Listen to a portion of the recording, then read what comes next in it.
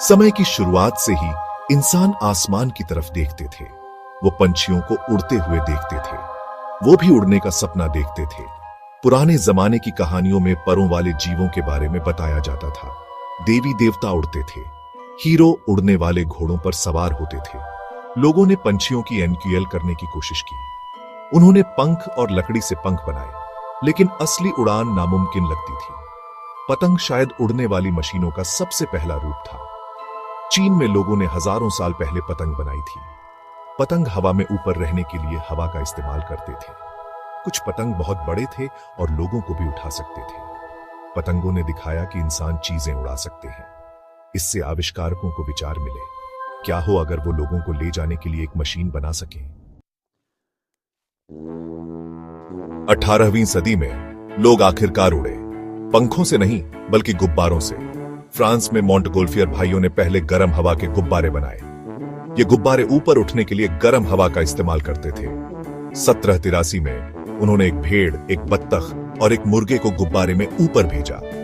उसी साल बाद में 2 आदमियों ने पहली बार गुब्बारे में उड़ान भरी। 19वीं सदी में ग्लाइडर भी विकसित किए गए। इंग्लैंड में सर जॉर्ज केली ने महत्वपूर्ण ग्लाइडर बनाए। ग्लाइडरों के पंख पंछियों जैसे सख्त होते थे। वो हवा में ग्लाइड करते थे, लेकिन ग्लाइडर खुद से उड़ान नहीं भर सकते थे। उन्हें हवा में उठने के लिए मदद की जरूरत होती थी। अक्सर उन्हें पहाड़ियों से लॉन्च किया जाता था।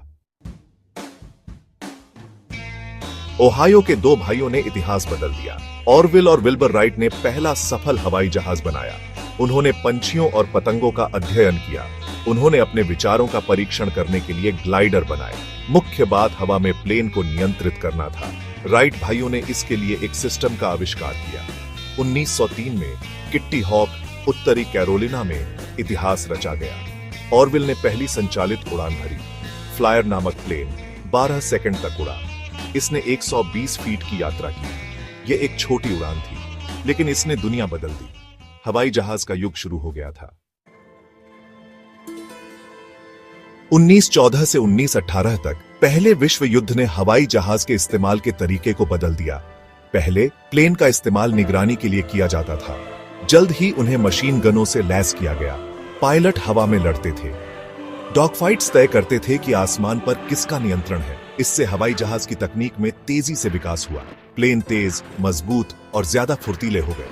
1939 से 1945 तक दूसरे विश्व युद्ध में और भी ज्यादा प्रगति देखी गई।